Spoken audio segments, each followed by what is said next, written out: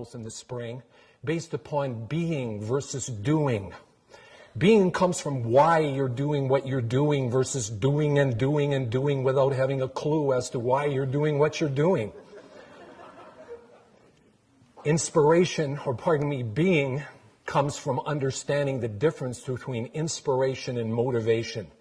To inspire is to influence, to move or guide from within. Being also comes from understanding the difference between values and unmet needs. Values are why you do what you do. They're the DNA of fulfillment. Now, over 5.5 years has passed since the subprime mortgage crisis hit the world economy back at the tail end of 2007. And for some, the idea of success has changed. Some people are thriving. Some people are surviving. Some people are struggling and saying, is this all there is? And what am I doing this for? And worse yet, what's wrong with me?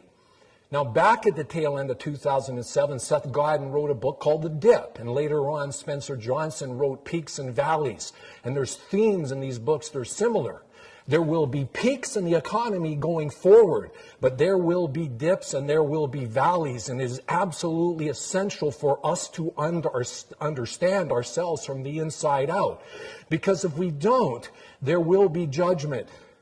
And when there is judgment, there can be no inspiration. Here's what I've learned.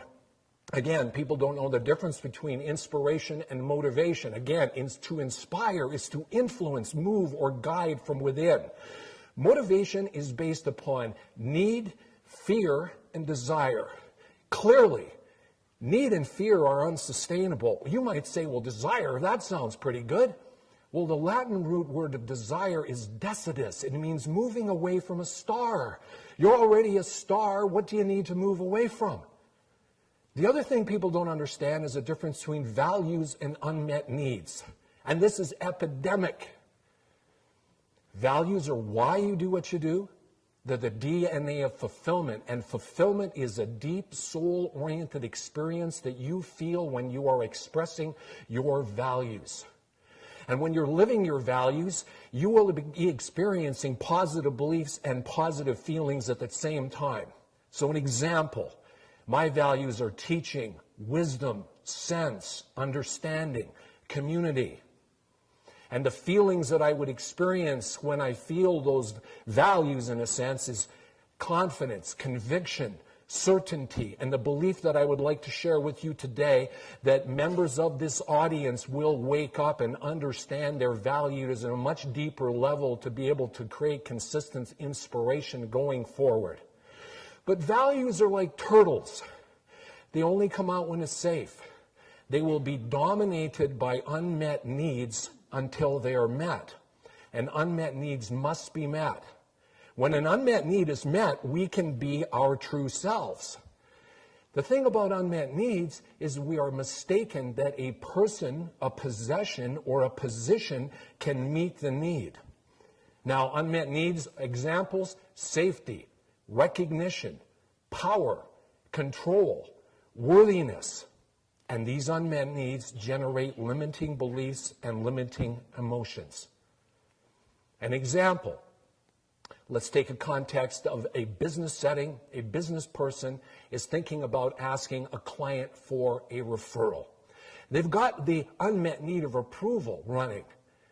The limiting beliefs are, I might look like a salesperson if I ask for a referral. I might make a mistake. I might get rejected.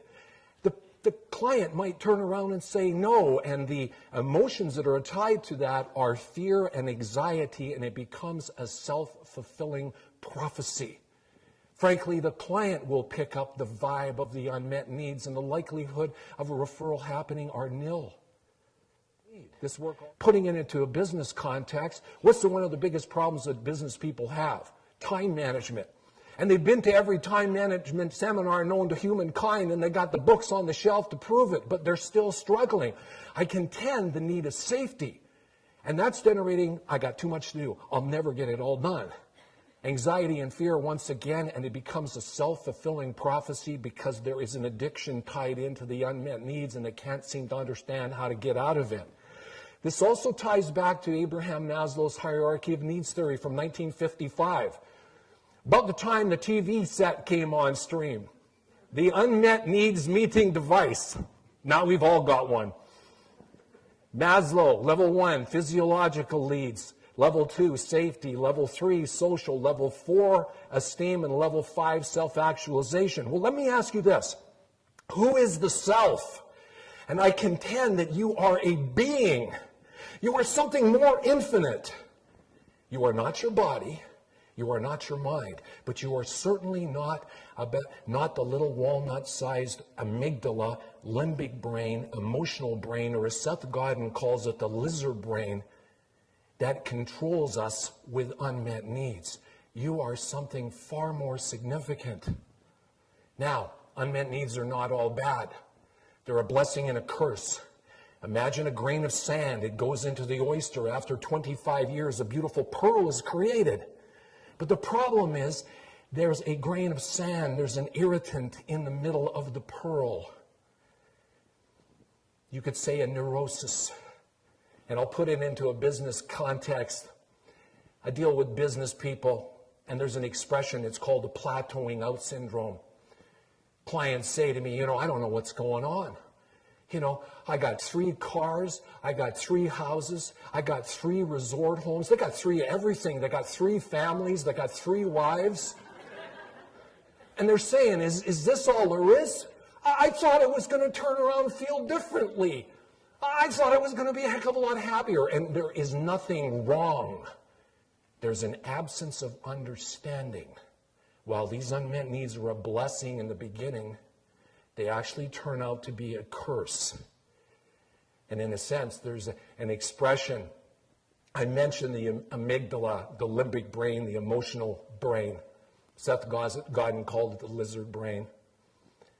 It doesn't know what it wants, but it is always wanting, and it is always judging. It is always judging. It is never satisfied. Now, point I want to make about family. How many of us got our needs met at family of origin? Some did, some didn't. Is it the family's responsibility? Well, yeah, if they're conscious of it, but they are not to blame. They are not to blame. You cannot give something that you do not have. And it is up to us not to judge the family, to understand that they did their absolute best. But as adults, we just have to understand that it's normal to run unmet needs of safety and approval and recognition. How do you get a need met? It's very simple. You could do it with this affirmation.